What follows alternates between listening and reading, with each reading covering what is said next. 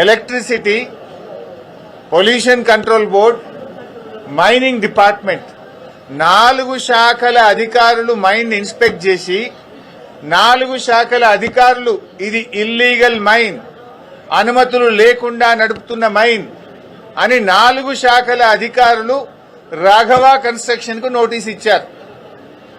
అంటే ఇప్పుడు 4 శాఖల అధికారులు చెప్పింది తప్ప, పొంగులేటి చెప్పింది తప్ప, ముఖ్యమంత్రి గారు నిండు అసెంబ్లీలో చెప్పింది తప్ప, ఈ బాంబులేటి చెప్పింది తప్ప, మైనింగ్ మంత్రి చెప్పింది తప్ప, ఈ పొగరులేటి చెప్పింది తప్ప.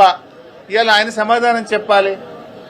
శాసనసభలో ముఖ్యమంత్రి, మైనింగ్ మంత్రి ఇద్దరు చెప్పారు ఇది రాఘవకు సంబంధించిందే, మా అధికారులే గుర్తుపట్టారు, రాఘవ మీద కేసులు పెట్టాము, రాఘవ దగ్గర డబ్బులు వసూలు చేసినామని నీ ముఖ్యమంత్రి, నీ మైనింగ్ మంత్రి, నీ సహచరులే చెప్పారు. నువ్వేం బుకాయిస్తున్నావు, అది నాకు సంబంధమే లేదు అని బుకాయిస్తున్నావు. అరే 4 శాఖల అధికారులు పోయి ఒక్కసారి కాదు నీకు 3 సార్లు నోటీసులు ఇచ్చారు. యాక్షన్ తీసుకోమని పొల్యూషన్ కంట్రోల్ బోర్డుకు లేఖ రాశారు. నువ్వు పొగరు తగ్గించుకో, పొగరులేటి ఇంకా చాలా ఉన్నాయి నీ విషయాలు బయటకు రావాల్సినాయి. శాసనసభలో మరి నువ్వెందుకు లేచి మాట్లాడలే? నువ్వు ఉన్నావు కదా అక్కడనే. నీ ముఖ్యమంత్రి గారు లేచి ఇది ప్రతిపక్షం దొరకవట్లే, ఈ దొంగతనం మేమే దొరకబట్టినాం, ఈ దొంగతనాన్ని మేమే నోటీసులు ఇచ్చినాం, మేమే పెనాల్టీలు వేసినామని నీ ముఖ్యమంత్రి చెప్తుంటే నువ్వు పక్కనే కూర్చున్నావు కదా. ఇది నాది కాదు అని అసెంబ్లీలో నువ్వు ఎందుకు లేచి నిలబడి చెప్పలేదు? నీ మైనింగ్ మంత్రే లేచి రాఘవకు అనుమతులు లేవు, రాఘవ అనుమతుల కోసం ఢిల్లీకి అప్లై చేసిందని చెప్తే అసలు రాఘవకు మైనే లేదని నువ్వు అసెంబ్లీలో లేచి ఎందుకు చెప్పలేదు? నువ్వు అసెంబ్లీలో ఉన్నావు కదా, నా పక్క సీట్లనే కూర్చున్నావు కదా, మరి ఆ రోజు ఎందుకు లేవలేదు? 12 రోజులకు గుర్తొచ్చిందా నీకు మైన్ లేదని? ఇదంతా బుకాయించే ప్రయత్నం, మసిబూసి మారేడుగా చేసే ప్రయత్నం. ఆ మైన్ నీది కాకపోతే అక్కడ కంటైనర్ మీద రాఘవ కన్స్ట్రక్షన్ అనే పేరు ఎందుకున్నది? ఆ కంటైనర్ మీద కాంగ్రెస్ పార్టీ జెండా ఎందుకు పెట్టిండ్రు? బీఆర్ఎస్ పార్టీ బయటకు తీయంగానే ఆ రాఘవ కన్స్ట్రక్షన్ కు పెయింటింగ్ వేసి కనబడకుండా ఎందుకు చేసిండ్రు? కాంగ్రెస్ పార్టీ జెండా ఎందుకు బీకేసిందో సమాధానం చెప్పాలి కదా. నువ్వు నీ కంటైనర్ మీద నీ పేరుంటది, మీద కాంగ్రెస్ పార్టీ జెండా ఉంటది. పొల్యూషన్ కంట్రోల్ బోర్డులో నోటీస్ ఇస్తే, మైనింగ్ డిపార్ట్మెంట్ నోటీస్ ఇస్తే నీ ఉద్యోగి రిసీవ్డ్ అని సంతకం పెట్టి డేట్ వేసి ఫోన్ నంబర్ పెట్టి రాసిచ్చిన డాక్యుమెంటే కదా నేను అసెంబ్లీలో చూపించింది. మరి ఇప్పుడు చెప్పు, ఎవరు తప్పు? ముఖ్యమంత్రి తప్ప? చెప్పు, నా ముఖ్యమంత్రి అబద్దం చెప్పిండు అసెంబ్లీలో అని చెప్పు, మైనింగ్ మంత్రి అబద్దం చెప్పిండు అసెంబ్లీలో అని చెప్పు. నువ్వు కూడా అసెంబ్లీలో ఉన్నావు కదా, ముఖ్యమంత్రి మాట్లాడేటప్పుడు, మైనింగ్ మంత్రి మాట్లాడేటప్పుడు నువ్వు అసెంబ్లీలో కూర్చున్నావు. నువ్వు ఎందుకు నోరు మెదపలేదు? ఎందుకు నాకు మైన్ లేదని అసెంబ్లీ సాక్షిగా చెప్పలేదు? అంటే నువ్వు బుకాయిస్తున్నావు.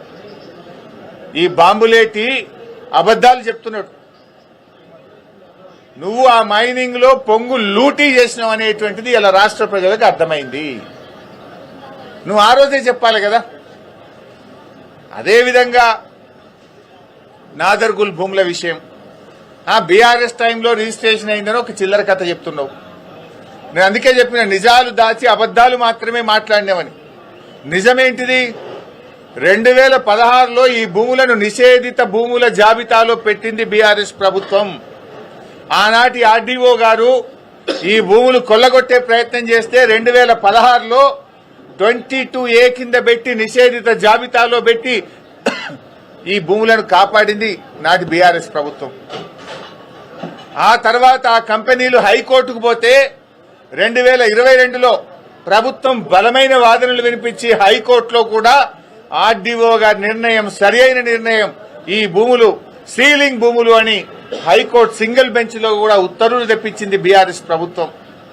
ఆ తర్వాత డివిజన్ బెంచ్ కూడా కంపెనీలు పోతే హైకోర్టు డివిజన్ బెంచ్ లో కూడా ఆనాటి రెవెన్యూ డిపార్ట్మెంటు అధికారులు అద్భుతంగా వాదనలు వినిపించి ఇవి సీలింగ్ భూములే, అమ్మిన వారి మీద కొన్న వారి మీద క్రిమినల్ చర్యలు తీసుకోవాలని చెప్పి హైకోర్టు డివిజన్ బెంచ్ నుంచి కూడా జడ్జిమెంట్ తెప్పించింది బీఆర్ఎస్ ప్రభుత్వమే.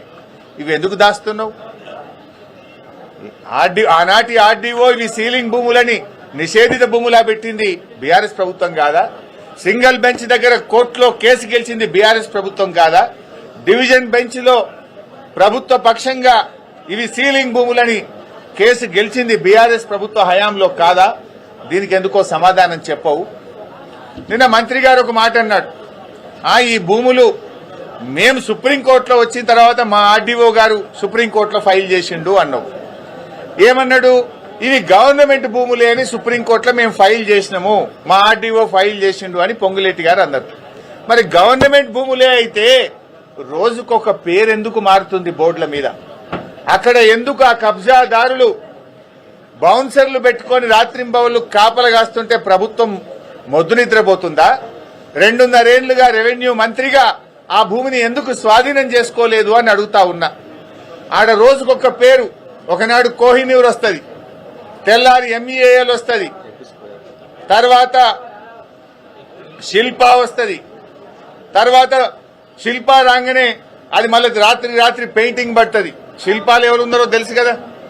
ఆ తర్వాత ఏక్యూ స్క్వేర్ వస్తుంది, ఆ తర్వాత మళ్ళీ కోహినూర్ సింప్లెక్స్ వస్తుంది. ఎందుకు బోర్డుల మీద పేర్లు మారుతున్నాయి? ఏక్యూ స్క్వేర్ వెనుక నీ కొడుకున్నది నిజం కాదా? శిల్పాతో మీకు వ్యాపార సంబంధాలున్నాయి నిజం కాదా?